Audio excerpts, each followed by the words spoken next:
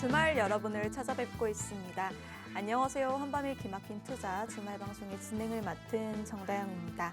저희 방송은 주식 잘 알려주는 동네 백수오빠라는 코너로 진행되고 있는데요. 이 주식 투자에 있어서 기초가 되는 주식 교육 강의를 50분 동안 여러분들과 함께합니다. 일요일 방송 1부에서는 국내 주식 투자에 있어서 핵심이 되는 기초 강의를 김정철 본부장님과 함께 진행하고요. 2부에서는 해외 주식, 해외 선물 투자에 있어서 어려움을 느끼실 우리 시청자분들을 위해서 기초부터 심화까지 칼리 김동호 전문가님과 함께합니다. 그럼 오늘 1부 함께해 주실 김정철 본부장님 모시고 인사 나눠보도록 하겠습니다. 안녕하세요, 본부장님. 네, 안녕하십니까. 반갑습니다. 김정철입니다. 네, 이번 주 관전평 어떻게 보셨을까요? 이번 주 롤러코스터 장세였습니다. 그러니까 뭐냐면 등락폭이 상당히 좀 심했어요. 그러니까 우리나라도 마찬가지고, 그러니까 연휴가 끝나 우리는 연휴가 끝나고 본격적으로 이제 장이 들어가다 보니까 뭐 그럴 수도 있다라고 생각은 하지만 미국도 지금 나스닥 같은 경우가 일일 변동폭이 상당히 큽니다. 그러니까 시장이 올랐다가 내렸다가 좀 뭐 지수가 전체적인 레벨은 나스닥 선물은 그대로지만 나스닥 선물이나 나스닥 지수 보면은 알겠지만 장중의 변동성이 상당히 심해요. 그 정도로 좋았다가 나빴다가 네모탕을 막 자주 오가는 그런 모습인데 이런 부분들이 우리 요즘 시장을 좀 대변한 게 아닌가. 우리나라 증시는 물론 사상 최고 신고가 3,700포인트라는 전임 미답에 단 한 번도 가보지 않은 길을 현재 걷고 있습니다. 걷고 있는데 그럼에도 불구하고 이런 변동성이 커지고 있다는 부분들이 시청자 여러분들이 반드시 체크해야 될 포인트고 이렇게 변동성이 커질 때 무슨 일이 벌어지느냐 한 번쯤 눌려요. 한 번쯤 눌립니다. 눌리고 서서히 노이즈가 나오기 시작하죠. 그렇다고 그럼 대세 상승장이 끝나냐? 그게 아니라 대세 상승장은 이어지지만 지금부터는 상승하면서도 좀 많이 흔들면서 올라가는 그런 형태다. 결론적으로는 올라가는데 이제 장중에 흔들리고 아니면 뭐 한 며칠 크게 밀렸다가 다시 또 오르고 이걸 반복할 거니까 우리 시청자분들이 변동성 확대 전략을 좀 쓰시는 게 상당히 좋다. 이렇게 좀 얘기 드리도록 하겠습니다. 네, 이번 주 롤러코스터 장세였다고 정리해 주셨는데요. 이렇게 변동성이 큰 장세 속에서 저희 본부장님 수익률 어마어마합니다. 수익률 리뷰 간단하게 들어보도록 하겠습니다. 사실 어마어마했는데 네. 그 금요일 날 조금 밀렸어요. 조금 밀려서 마음이 아파요. 좀. 그래도 또 좋지 않을까요? 그래도 아니 좋긴 좋은데. 네, 좋긴 좋죠. 근데 현타가 좀 오더라고요. 제가 코스피가 올해 56%를 올랐는데 그 수익률이 50%가 넘긴 해요. 저도 높긴 합니다. 코스피보다 높지 않아요. 근데 이게 너무 화가 나는 거예요. 그러니까 우리 시청자 아래 하단 QR코드 스캔하고 들어오시던 분들이 그 이제 한 1년 동안 올해 1년 동안 거의 같이 하면서 무슨 얘기를 하냐면 정말 주구장창 수익 낸 것 같은데 이상하게 수익률은 왜 코스피보다 못하죠? 이런 상황이에요. 그러니까 지금 이게 쉽지는 않다. 물론 코스피를 무조건 기준으로 하기는 쉽지 않아요. 그러니까 우리나라 증시에서 코스피가 차지하는 시가총액 비중이 있고 코스닥이 차지하는 시가총액 비중이 있는데 이 두 개를 합쳤을 때 적정 수익률은 42% 정도 됩니다. 올해 42% 정도 올라온 거예요. 근데 그거보다는 우리가 월등히 잘하긴 했어요. 근데 코스피보다 못하니까 우리가 지금 53% 정도 되거든요. 와, 53% 대단한데요? 정도, 올해 53% 계좌 수익률 기준 53%인데 근데 이게 코스피 코스닥의 시가총액을 합쳤을 때의 수익률은 한 42% 정도입니다. 근데 이제 문제는 근데 그럼에도 불구하고 남의 떡이 더 커 보인다고 코스피를 못 따라가니까 너무 힘든 거예요. 아래하다 QR코드 스캔하고 들어오신 분들은 저희가 그럴 때 대비해서 어떤 걸 하면 된다 해가지고 제가 ETF 전략을 얘기 드렸는데 코덱스 레버리지 같은 게 현재 지금 125%입니다. 지수가 1 오를 때 코덱스 레버리지는 2 오르거든요. 그러니까 떨어질 때도 그렇게 떨어지는 거죠. 지수가 1 떨어지면 2 떨어지는 거긴 한데 근데 그 코덱스 레버리지 ETF가 지금 저희 보유 수익률이 125%예요. 그 인증샷 누가 올려주신 분이 계셔가지고 제가 그걸 좀 얘기 드릴 텐데 그거는 보시면 좋을 것 같고 화면 한번 보도록 하겠습니다. 자, 하나에어로스페이스가 최근에 많이 밀렸어요. 94만 원까지 밀렸는데 저는 지금 매수 기회다. 매수하시면 된다. 이렇게 좀 얘기 드리고요. 어차피 방산주는 실적 발표 때 실적이 호실적이 나올 겁니다. 그러면 그때 가요 어차피. 그러니까 지금 눌린 게 기회라고 좀 보시는 게 여러분들 좀 보시면 좋을 것 같고 수익률이 270%까지 갔다가 222%로 다운됐어요. 조금 지금 수익률이 조금 내려갔습니다. 내려간 상태고요. 자, 그다음에 동성화인텍도 지금 113%인데 지금 100%가 살짝 지금 왔다 갔다 합니다. 지금 약간 불안해요. 예, 동성화인텍도 지금 이제 크게 안 움직이고 있어서. 근데 조선주 같은 경우는 언제 괜찮을 거다? 지금 현재 조선주가 안 가는 이유 중에 하나가 뭡니까? 지금 미국하고 우리나라하고 관세 협상이 지지부진하잖아요. 근데 스콧 베센트 장관이 10일 내로 관세 협상을 할 수 있겠다라고 얘기를 했었죠. 기억은 하시죠? 네. 이번 주 장 잘 봤잖아요, 그렇죠? 그럼 만약에 관세 협상을 하게 되면 제가 봤을 때는 조선주가 마스가 프로젝트 때문에 제일 먼저 갈 가능성이 높다. 그때 다시. 지금이 기회다. 이것도 눌렸을 때가 기회다. 얘기 드리고요. 파라다이스는 좀 죄송합니다. 100% 수익률에서 다시 70%까지 밀려버렸어요. 너무 죄송하고요. 일단은 뭐 계속 지켜볼 겁니다. 파라다이스.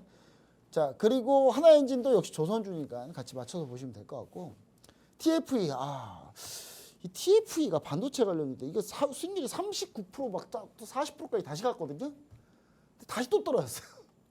근데 이게 장중에 변동성이 되게 심합니다. 이 종목이. 지난번 어제가 지금 우리가 방송 녹화하는 게 금요일인데 목요일 장에는 TFE가 마이너스 10%까지 급락했어요.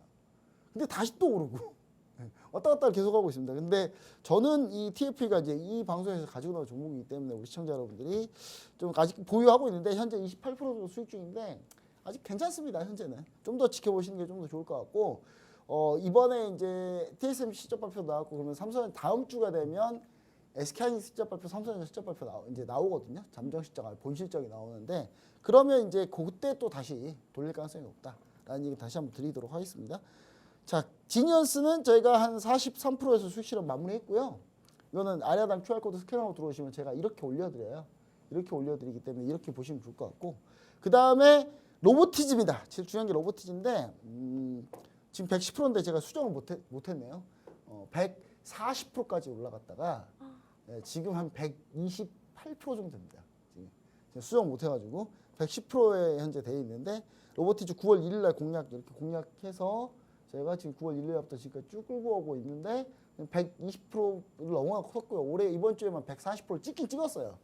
찍고 바로 밀려가지고 조금 아쉽긴 한데, 로보티즈 더 봅니다. 오늘 또 심지어 우리가 방송하고 있는 오늘 금요일에 또 휴림 로봇 등등 해서 로봇 관련주 또 갔거든요. 로봇 관련주 돌아가면서 계속 가고 있어요. 그래서 그런 부분들 여러분들이 좀 체크해 보시면은 이런 종목들이 쉽게 매도하면 안 된다는 거 다시 한번 얘기 드리도록 하겠습니다. 네, 수익률 리뷰까지 들어봤습니다. 저희 본부장님 수익률 100% 넘는 종목들이 수두룩한데요. 이 한화 에어로스페이스 재매수 기회라고 합니다. 정확한 타점 궁금하신 분들 아래 하단 QR코드 스캔하시고 들어오셔서 본부장님과 실시간으로 함께 해주시길 바랍니다. 그럼 본격적으로 오늘 교육 강의 내용으로 넘어가 보도록 할 텐데요. 오늘은 2차 전지에 대해서 교육을 해주신다고 합니다. 이 9월 글로벌 전기차 판매량은 전년 동기 대비 20% 오른 210만 대를 기록하면서 갑자기 분위기가 좋아졌습니다. 이 캐즘 현상이 이제 끝나는 거 아니냐라는 이야기들이 많은데요. 이 반면 일각에서는 2차 전지 보조금 축소 등 다양한 문제가 많기 때문에 이 기술적인 반등이 아니냐라는 우려도 많습니다. 이 2차 전지에 대한 투자 전략 오늘 강의를 통해서 해답을 찾을 수 있을지 기대가 되는데요. 오늘 교육 강의 어떤 내용으로 시작해 주실까요? 일단 뭐 차트를 한번 보시겠습니다. 오늘 그 에코프로부터 해가지고 2차 전지 관련주들이 거의 무슨 대폭등하고 있어요. 대폭등인데 이 정도면 이제 에코프로 같은 종목이 에코프로 시가총액이요. 한 7조 8조 되는 종목이거든요. 근데 7조 8조 되는 종목이 하루에 뭐 20%로 올라가 버리니까 이건 뭐 어마어마할 수밖에 없죠. 근데 지금 현재 에코프로 같은 경우는 전고점을 돌파했고 의미 있는 상승세라고 보여져요. 보시면은 거래량이 엄청나게 터지면서 거래량 동반하면서 지금 급등하고 있거든요.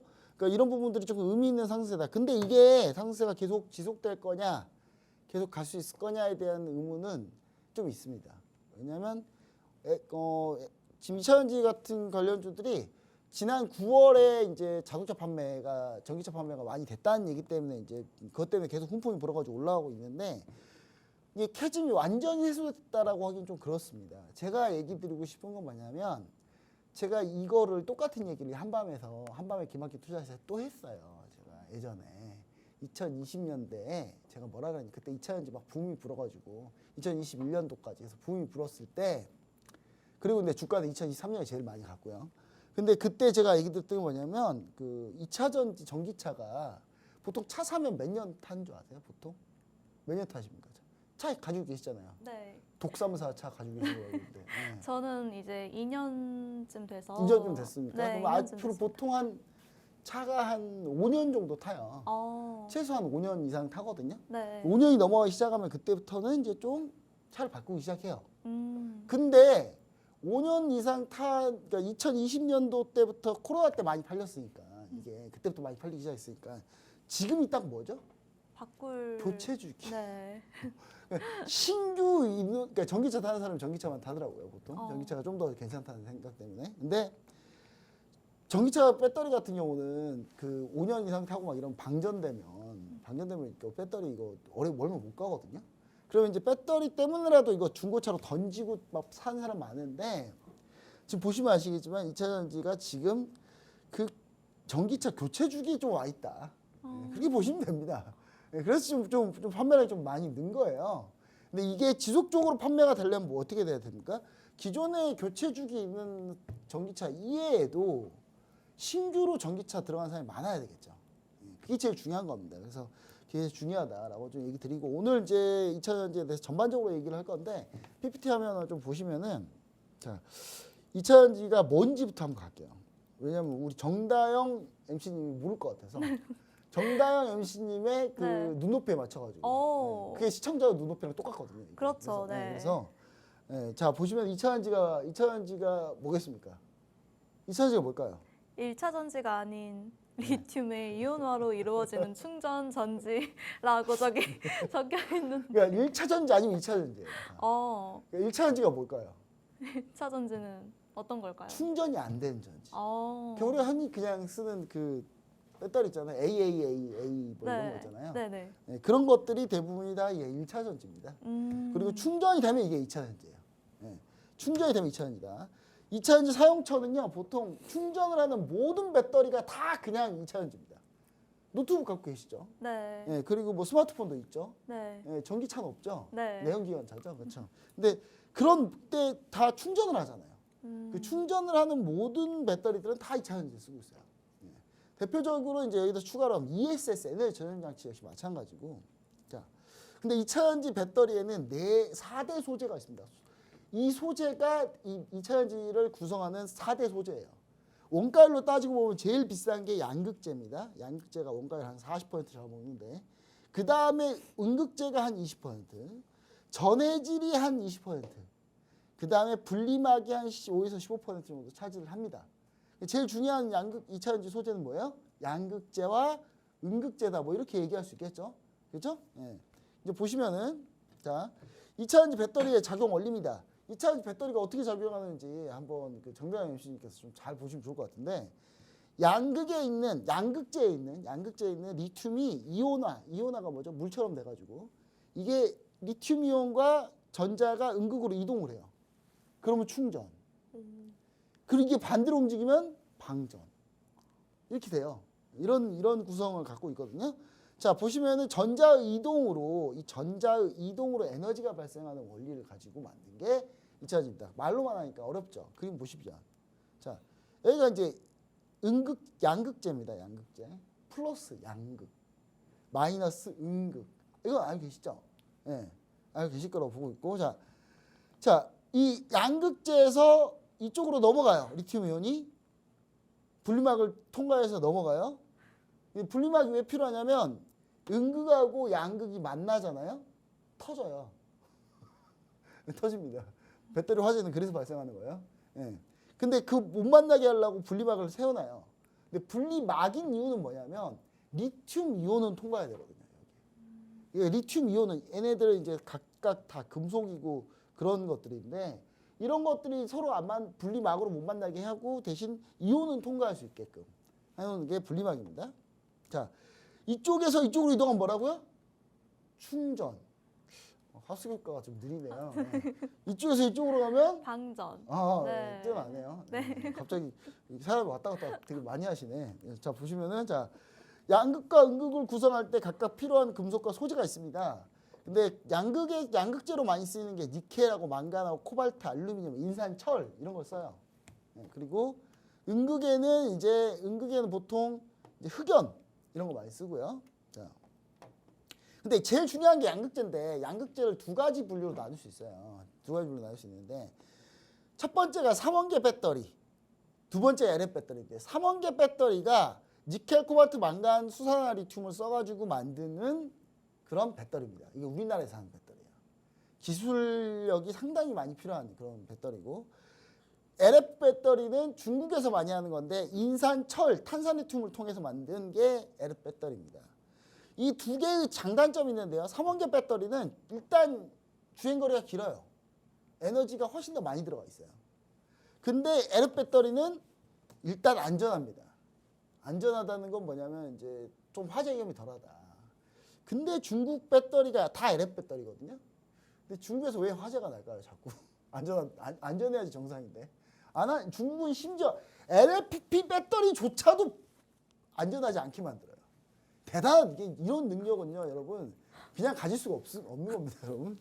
그 다음에 단점은 뭐냐면 삼원계 배터리 비싸요. 뭐가 비싸냐면 코발트가 되게 비싸요. 코발트가 너무 비싸기 때문에 이 코발트 때문에 계속 가격이 너무 비쌉니다. 그리고 안정성이 좀 떨어진다.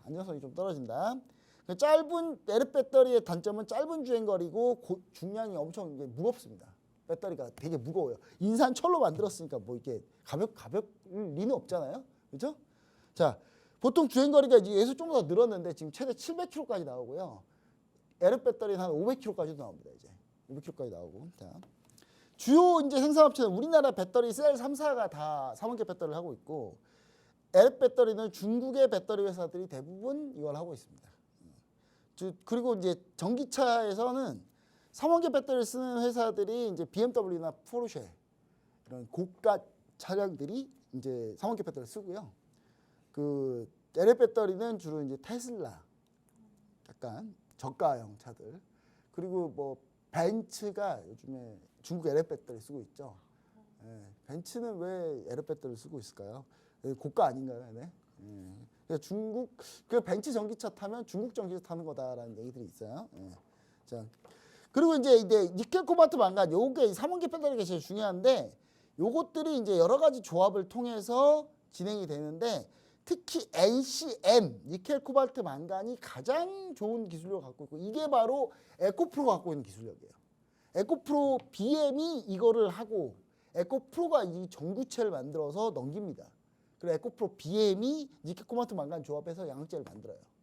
에코프로 BM이 하는 거고 근데 이게 엄청난 에너지 효율이 있습니다. 에너지가 가장 고밀도예요. 근데 비싸요. 비싸고 쉽지는 않습니다. 만들기가. 기술력이 상당히 많이 필요하고. 그래서 이제 파생에서 나온 게 NCA인데 NCA 같은 경우는 LNF 같은 경우가 많이 합니다. 여기다가 이제 망간 대신 알루미늄을 넣는 건데 요게 이제 LNF나 이런 회사들이 요거 NCA를 많이 하고 있고요. 그 다음에 뭐 포스코 퓨처엠도 이쪽 NCA 쪽을 하고 있고 NCM은 에코프로가 약간 거의 독보적이고요. 자, LFP 리튬 인산 철의 약자예요. 이게. 근데 이 LFP 배터리는 가격은 저렴한데 상당히 무겁다. 주행거리 짧고 딱 중국스럽죠. 딱 보니까 기술이 별 필요 없어요. 이거는. 근데 대충 해도 만들 수 있어요. 근데 이게 딱 중국스러운 배터리다. 이렇게 좀 보시면 좋을 것 같고. 자, 그다음 이 배터리가 각각 그 형태별로 다릅니다. 각형, 파우치형, 원통형 이렇게 있는데 요즘은 원통형을 엄청나게 많이 씁니다. 테슬라가 원통형 쓰기 때문에. 원통형 배터리의 장점은 저비용으로 대량 생산이 가능하고 원통은 크기가 확장성이 뛰어나요. 원통이 그 AA 건전지 알죠? 그걸 좀 크게 만든 뭐예요? 그걸 좀 크게 만드는데 충전이 되면 그게 전기차 배터리예요. 그거를 수백 개를 해가지고 배터리를 만들어요. 그 판을 해가지고. 자, 원통형 배터리인데 원통형 배터리가 최근에 근데 점점 에너지 확장력이 뛰어나가지고 요즘 이쪽이 대세입니다. 원통형 배터리가. 자, 중국은 LF 배터리 가격 경쟁력 때문에 가격 경쟁력이 중국 LF 배터리가 너무 쌉니다. 진짜. 그러니까 우리가 아무리 LF 배터리를 싸게 만들어도 중국 LF 배터리보다 상대가 안 돼요. 그러니까 우리나라 LF 배터리를 그래서 안 만드는 거거든요. 근데 하도 요즘에 LF 배터리 쪽으로 너무 전기차가 가격 경쟁으로만 가니까 이제 우리나라도 LF 배터리를 만들기 시작해요. 하는데 그냥 ESS 쪽으로 많이 쓰지 그렇게 많이 쓰지는 않는다. 자, 양극재의 경우에는요. 인산, 철, LF 배터리 수요에 3원기 배터리 양자가 요즘 힘을 못 쓰고 있습니다. 그래서 저는 오늘 올랐던 에코프로 BM 뭐 이런 종목들 오늘 급등했잖아요. 이번 주에. 근데 이게 대세 상승이라고 보기는 쉽지 않습니다. 왜냐하면 결국은 중국의 LF 배터리가 무너져야 에코프로 BM, LNF, 포스코프체험 이런 회사들이 싹 다 양극재 쪽이 잘 되는 거예요. 근데 중국의 LF 배터리가 안 무너지면 이건 답이 없어요. 어차피 비슷해요. 지금 상황이. 그래서 이게 좀 중요하다. 자, 그래서 제가 이제 여러분들한테 얘기 드리고 싶으면은 이쪽 말고 차라리 그럼 응급제는 LF 배터리나 3원계 배터리나 똑같이 쓰거든요. 그러면 응급제가 좀 더 경쟁력이 있겠죠. 왜냐면 응급제가 중국에서 미국이 중국한테 관세를 때려버리면 응급제 쪽은 훨씬 더 쌉니다. 우리나라가 이제. 그런 상황이 와요. 그렇기 때문에 저는 응급제 쪽을 좀 더 보셔야 되는 것 같고, 그리고 나서 아니면은 뭐 이렇게 롤트롤 장비나 아니면 이렇게 막을 만드는 그런 회사들이 차라리 좀 더 낫다. 그 회사들은 양극재 LF 배터리 경쟁하고는 크게 빗나가 있기 때문에 그런 쪽의 종목을 봤을 때 대세 상승이 나오기가 편하다라는 얘기를 좀 드리도록 할 겁니다. 그래서 여러분들 결론은 뭐냐면 2차 전지가 앞으로도 여러분 2차 전지 원리에 대해서 아셨는데 앞으로도 상당히 잘 될 겁니다. 잘 될 건데 이제 좀 그래도 어느 정도 계속 팔릴 텐데 문제는 뭐다? 이게 옛날에 보조금 주던 시대하고는 좀 다르다.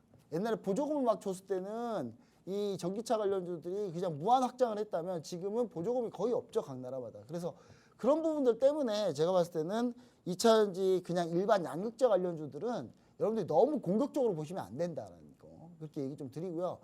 이거를 이제 히든 종목으로 제가 그래서 그런 양극재가 아닌 이게 응급재 관련주를 제가 가지고 나왔어요. 이 회사는 근데 정확히 따지면은 2차 전지 전기차 회사는 아닙니다. 자원개발 회사예요. 자원개발 회사인데 LNG하고 리튬을 주력으로 합니다. 자, LNG 리튬 주력이다. 그럼 뭐예요? 여러분?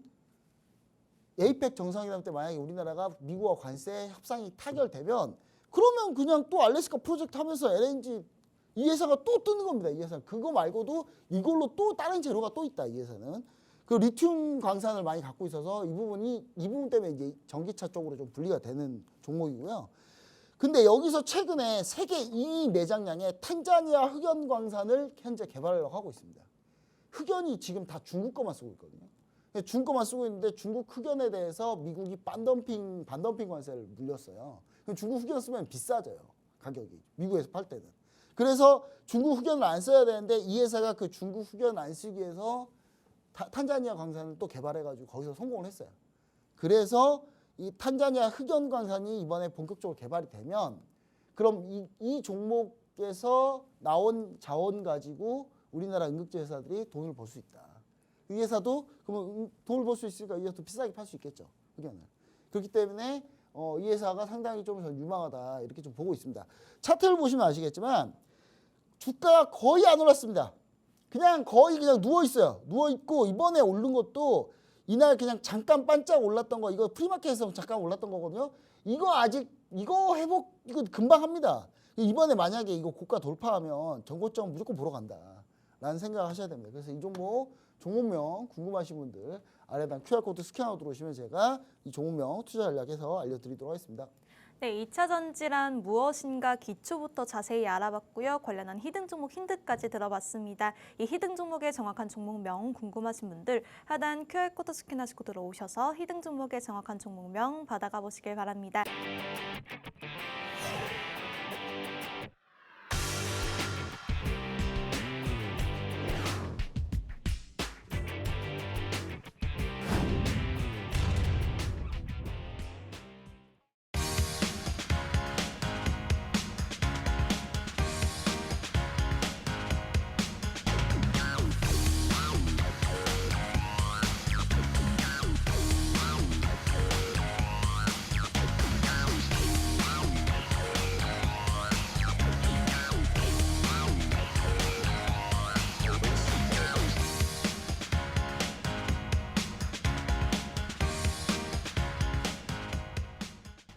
네, 어렵게만 느껴진 해외 주식, 해외 선물, 원유, 골드, 나스닥 선물 등 이 상승과 하락 모두 수익을 낼 수 있는 이 투자의 대안이 되는 해외 선물을 쉽고 재미있게 알려주실 칼리 김동호 전문가님 모셨습니다. 안녕하세요, 전문가님. 네, 안녕하세요. 반갑습니다. 네, 이번 주 관전평과 또 저희 제2회 뉴 모의 투자 대회 개최 중이잖아요. 네. 그거에 대한 자세한 설명 부탁드리도록 네, 하겠습니다. 일단 이번 한 주 굉장히 좀 어려웠고 난이도가 굉장히 좀 높았다. 일단 좀 기대 심리나 아직까지는 좀 꺾이지 않는 심리가 계속적으로 이어지고는 있지만 굉장히 좀 조심해야 되는 시점 내용 자체다라는 얘기를 좀 드리고 싶습니다. 자, 먼저 일단 나스닥 움직임 흐름 자체를 한번 좀 살펴보시면요. 우리 지난 금요일 날 녹화 때 일단 큰 폭의 하락을 보여주고 나서부터 지금 현재 반등 흐름 자체를 좀 보여주면서 아직까지는 좀 저점 이탈 없이 현 가격대를 좀 보여주고 있는데 사실상 이제 기술적 심리 지지 구간이에요. 예측 라인이. 그러니까 사실 이 구간 자체가 무너진다라고 하면 심리상 일단은 주요 지지선이나 내용 자체가 깨졌다라고 판단하면서 여기서 이제 투매 현상이나 내용 자체가 이어질 수 있기 때문에 이후의 낙폭 자체는 추세를 그리면서 떨어질 수는 있다라는 거죠.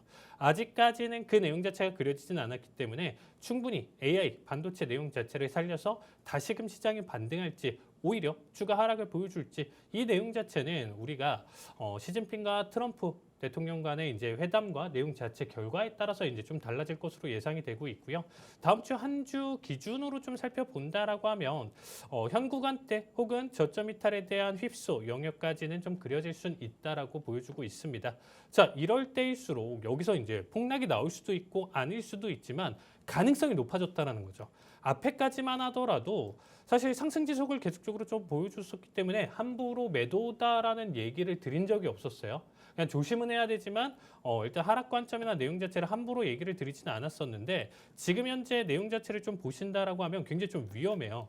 왜냐하면 지금 금요일자 나왔었던 장대 음봉 자체가 위 고점 저점 기준으로 한 1200포까지도 거의 하락을 보여줬었거든요. 근데 이제 이거보다도 더 심각하게 들어 올렸었던 게 올 초 4월 달에 이제 트럼프 관세에 대한 내용 자체를 가져가면서 타코식 정책을 가져가고 무려 나스닥 하루 상승률이 11.5%를 가져갔었던 이 시점. 이 뒤에도 상승과 하락 자체를 반복하다가 결국에는 장기적인 추세로 상승을 이끌어 갔었잖아요. 그래서 지금 자리값도 결국에는 재차 고점이나 지금 다시금 상단 라인대 터치를 못 해준다라고 하면 그대로 하락 추세로 넘어갈 수는 있다라는 거죠. 그래서 이럴 때일수록 우리가 공부를 하고 바라볼 수 있는 내용 자체가 모의 투자대입니다, 여러분들.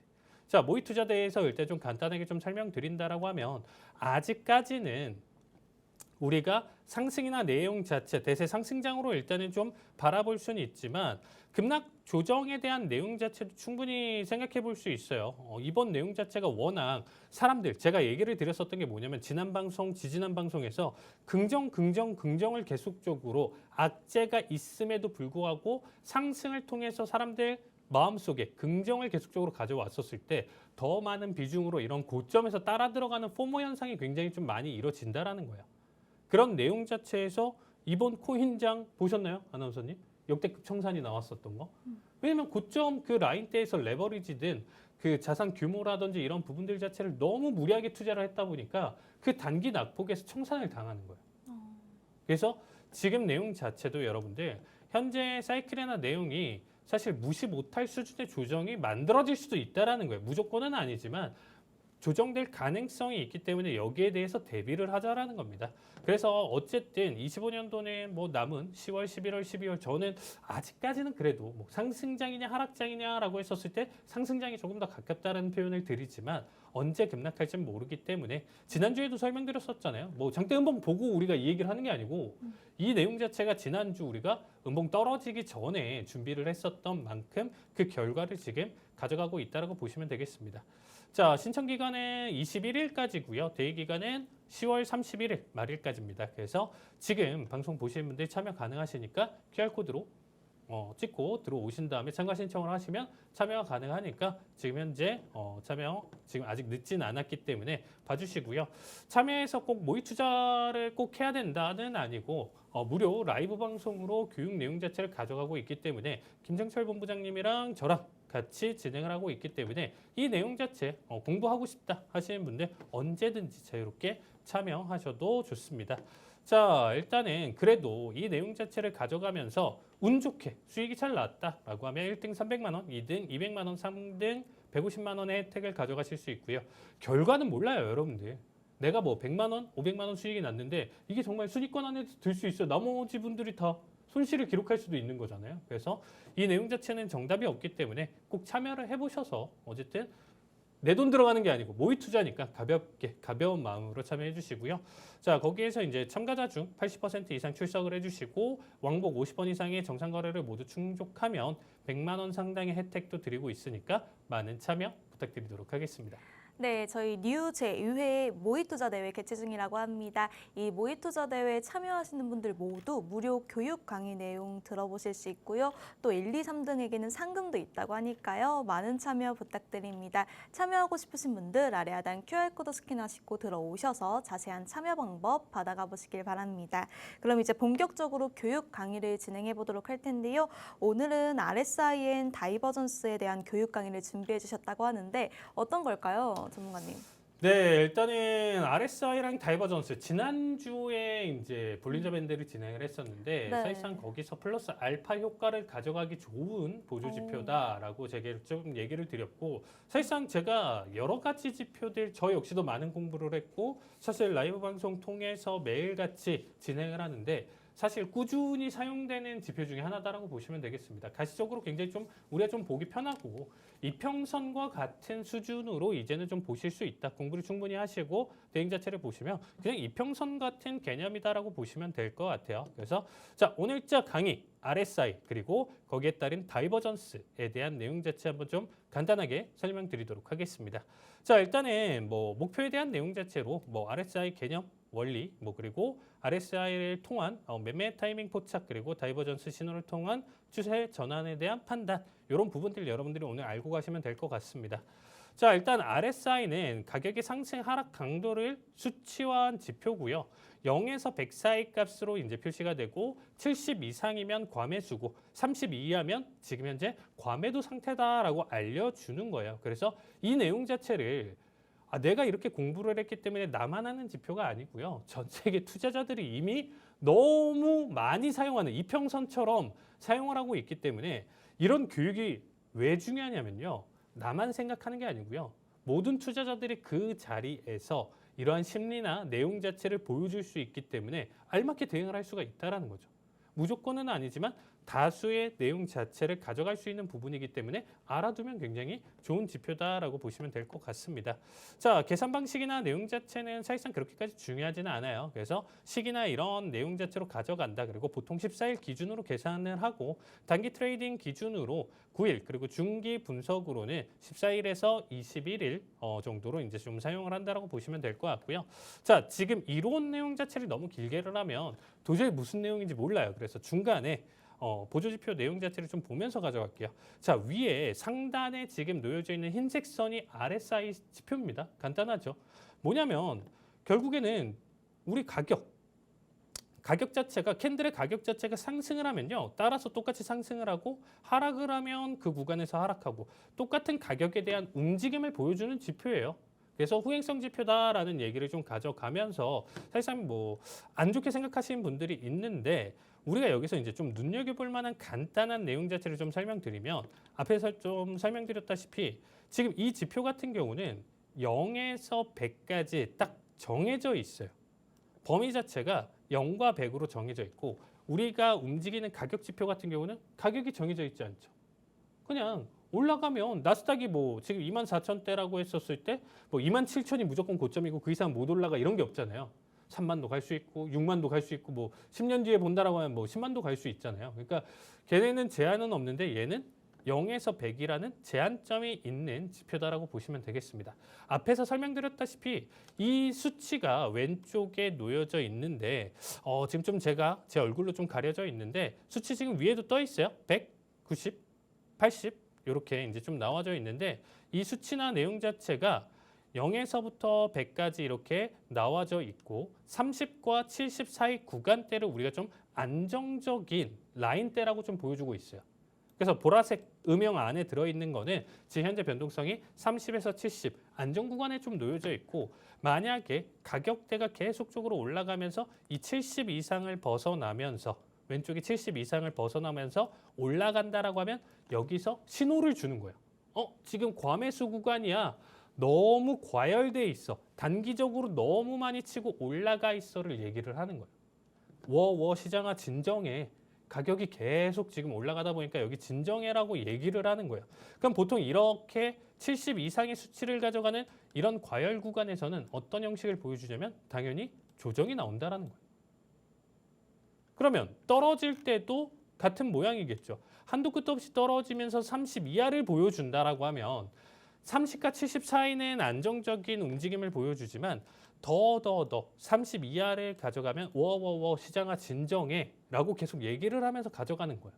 너무 많이 떨어졌어 지금 단기적으로. 그럼 여기가 어느 타이밍이다? 저점 매수 구간이다. 생각해 볼 수가 있겠죠. 너무 많이 떨어졌기 때문에 여기를 저점 매수 타이밍으로 볼 수 있다. 그래서 보통의 우리가 다이버전스 내용 자체만 딱 보면 지금 같이 차트랑 연결을 해서 보는 거예요. 그러니까 얘만 독립적으로 보는 게 아니고 어느 구간에 지금 지금 이 과열을 그렸었던 이 구간대구나 판단을 해볼 수 있죠. 여기서 진정해라고 하면서 일부 가격 조정이 만들어지는 거예요. 그래서 그대로 내려보는 겁니다. 여기 구간대 그대로 내려와서 가격을 보니까 진정해 하는 순간 진정을 하죠. 시장이. 근데 무조건 맞는 건 아닙니다. 여러분들. 무조건 맞는 내용 자체는 아니고 사실 거의 앞에 차트 과거 백테스팅을 많이 해보신다라고 하면 이런 구간대에서 의미 있는 상승과 하락을 보여주고 있어요. 지금 앞에서 설명드렸었던 지금 진정해라 시장아 왜 이렇게 많이 떨어졌어 라고 하면서 30 이하를 보여줬었던 수치 있죠. 이거는 상관없잖아요. 30 이하를 찍은 거는 어쨌든 후행성이어도 여기가 찍힌 건데 이 자리가 찍혀가지고 이 자리값을 한번 딱 우리가 과거 때 딱 보니까 트럼프가 관세 얘기하면서 그 내용 자체 공포를 줬었던 끝자락이었던 거예요. 보이시죠? 지금 동그라미 친 노란색 동그라미 친 내용 자체에서 그대로 점점점점 내려오니까 여기 구간이잖아요. 그래서 여기 가격대는 지금 과매도 상태구나. 너무 많이 떨어졌구나. 여기서 매수를 한번 해봐도 괜찮은 자리구나. 라고 했었을 때 어떻게 됐죠? 쭉 상승을 보여줬죠. 그래서 우리가 적절하게 어떻게 보면 매수와 매도 타이밍을 알 수 있는 게 RSI 다이버전스다라고 보시면 될 RSI 지표의 과열 구간에서기다라고 보시면 되겠습니다. 그래서 그 내용 자체가 지금 이렇게 정리되어 있는 표예요. 그래서 글로만 설명을 하면 사실상 좀 이해가 안 되기 때문에 여러분들한테 좀 수치적이나 앞에서 내용 자체를 좀 빗대어서 좀 설명드렸었는데 70 이상 과매수, 매도 관찰, 조정 가능성이고요. 30 이하면 과매도 구간이기 때문에 매수 관찰, 반등 가능성을 가져간다. 무조건은 아니지만 과거 내용 자체를 본다라고 했을 때 이런 구간에서 특정 반등을 강하게 보여주기 때문에 내가 적절하게 좋은 자리다라고 판단할 수 있는 자리 그리고 과매수 구간 때는 내가 지금 아무리 이 종목이 괜찮다라고 하더라도 비중을 덜거나 혹은 정리를 가져갈 수 있는 타이밍 기술적 자리값으로 우리가 판단할 수 있는 좋은 지표다라고 보시면 좋을 것 같습니다.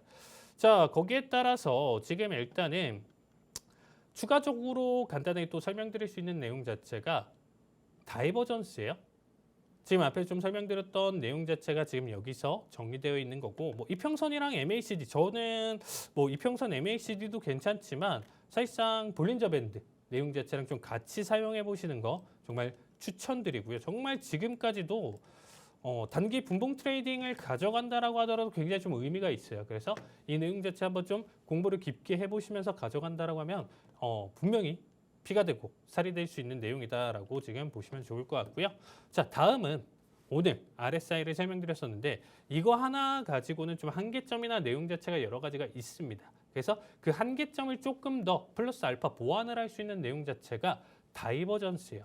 자, 다이버전스 뜻은 뭐냐면 가격은 고점을 높아지는데 RSI의 고점 자체가 낮아지는 경우 분명히 앞에서 보조지표인 이 RSI는 가격과 똑같이 움직인다라고 했었는데 고점이 서로 달라지는 결과가 만들어질 수 있느냐? 왜 차이가 나냐면 과열 구간을 가져가고요. 0에서 100이라는 제한점을 두기 때문에 특정 자리값 구간대에서는 차이점이 발생된다. 그래서 우리는 이 내용 자체를 다이버전스다라고 얘기를 드립니다. 근데 사실 이 내용 자체가 단순히 우리가 그냥 집에서 뭐 코인 트레이딩 하는 사람들, 그냥 기술적 분석으로 단타만 하는 사람들만 보는 게 아니고 월가 IB들, 분석가들 상관없이 가장 좀 좋은 보조지표다라고 얘기를 하면서 가져가는 분석 기법 중에 하나예요. 그래서 우리만 보는 게 아니고 전 세계 투자자들이 사용을 하는 내용 중에 하나이기 때문에 이 부분 자체는 제가 특히나 추세 전환이나 이런 특정 부분에서 굉장히 좀 많이 활용을 한다라고 보시면 되겠습니다. 자, 다이버전스 종류에는 강세, 약세, 그리고 수문, 히든 다이버전스예요, 사실. 그러니까 좀 해석 자체가 이제 영어돼 있는 걸 이제 수문이라고 하는데 히든 다이버전스라고 보시면 되겠습니다. 자, 다이버전스에 대한 내용 자체도 이론적인 측면으로 이렇게 좀 가져가는데 제가 지금 설명해봤자 어차피 이해가 안 되실 거예요. 여러분들을 무시해서가 아니고 저 역시도 이렇게 글로만 보면 절대 이해가 안 되거든요. 그래서 여기에 대한 예시나 내용 자체를 자, 지금 현재 나스닥에 대해서 이제 좀 설명을 드릴게요. 자, 사실 가격만 놓고 쫓아 들어간다라고 하면 잘 몰라요. 가격만 놓고 들어오면 얘가 올라갈 때 똑같이 올라가고 떨어질 때 똑같이 떨어지기 때문에 가격만 놓고 봤을 때는 사실상 잘 알지 못하는 지표 중에 하나입니다. 그런데 이제 어떻게 판단을 하냐? 특정 과열을 그렸을 때만 보시면 되는 거예요. 30과 70 안쪽에 있을 때는 사실상 거의 볼 필요는 없다라고 보여지고요. 과열을 그렸을 때. 근데 이 과열을 그리는 구간이 아나운서님 사실상 많이 있진 않아요.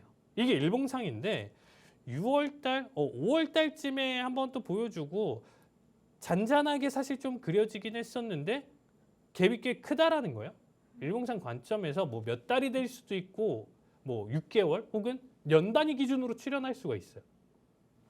그래서 일봉상 관점으로 본다라고 하면 굉장히 좀 의미 있었던 내용 중에 하나겠죠. 자, 그럼 여기 구간대가 지금 70을 넘는 과열을 그렸어요. 그럼 여기가 고점이 굉장히 높은 상태잖아요. 70 이상이니까. 근데 여길 따라와서 내려오니까 여기에 대한 고점은 여기예요. 그럼 여기를 그냥 우리가 1번이라고 표현을 할게요. 1번 똑같이 밑에도 1번. 근데 이제 다음 고점 가격에 대한 고점을 보니까 2번에 대한 이 고점을 보니까 이전보다 올라갔어요. 분명히. 가격으로 봤을 때 이전보다 올라간 형태를 보여주는데 위로 올라가서 지표를 보니까 이전 고점보다 떨어지죠. 특이하죠, 아나운서. 분명히 똑같이 간다라고 했었는데 지금 현재 형태 자체가 다르게 가져가고 있는 상황입니다. 그래서 이 내용 자체를 보면 여기서 다르게 나왔네, 다이버전스. 그러면 여기서 추세 전환. 그래서 여기 구간대가 이런 모습을 그려지는 게 지금 현재 시장이에요. 제가 이 내용 자체를 가져온 이유가 뭐냐면 현재 고점 계속적으로 다시금 찌르면서 계속 올라가는 종목들이 다이버전스 영역 안에 걸리면서 이렇게 급격하게 추세를 전환시키면서 큰 폭의 하락을 보여줄 수 있는 결과값을 가져간다라는 거죠. 자, 하나 예시로 좀 가져간다라고 하면 제가 토요일 방송에서 좀 설명드렸었던 우리가 이제 소형 모듈 원자로에 대한 내용 자체에 대해서 이슈화되면서 급등을 했었던 오클로 종목인데 사실 이 종목 기준으로 본다라고 하면 아나운서님 딱 보이시나요? 종목 기준으로 큰 폭의 상승을 지금 가져가고 있죠. 앞에서 여기 구간 고점에서 이미 다이버전스 기준으로 70을 RSI 기준으로 70을 굉장히 크게 넘어섰어요. 그러다 보니까 여기서 큰 과열이 일어났었고 고점이 크게 형성됐는데 추가적으로 지금 가격의 고점은 올라갔는데 오히려 떨어진다라는 겁니다. 그렇죠? 다이버전스 발생하고 지금 조정. 그럼 현재에 대한 조정이나 내용 자체가 굉장히 더 딥하게 이어질 수 있는 자리값입니다. 어제자 조정 자체도 5% 굉장히 좀 무시 못하는데 사실상 기술적 대응 자체로 좀 설명을 드린다라고 하면 지금 현 가격대에서도 20% 이상 조정이 나올 수가 있어요. 그래서 뉴스 보고 지금 공군 내용 자체 미군에서 지금 일단 가져간다 사야지 했다가 물릴 가능성이 굉장히 좀 높은 종목입니다. 그래서 이 부분 조심하셔라. 이런 내용 자체에서 다이버전스가 관측이 되기 때문에 다이버전스와 과열 내용 자체 두 가지만 알더라도 내가 지금 현재 조심해야 되는 부분, 괜찮은 부분 내용 자체를 찾아볼 수 있기 때문에 이런 내용 자체 오늘 기술적 분석 내용 자체로 가져왔고요. 좀 더 자세한 내용 자체는 교육 내용 자체로 가져갈 테니까 이 내용 자체 교육으로 참여 부탁드리도록 하겠습니다.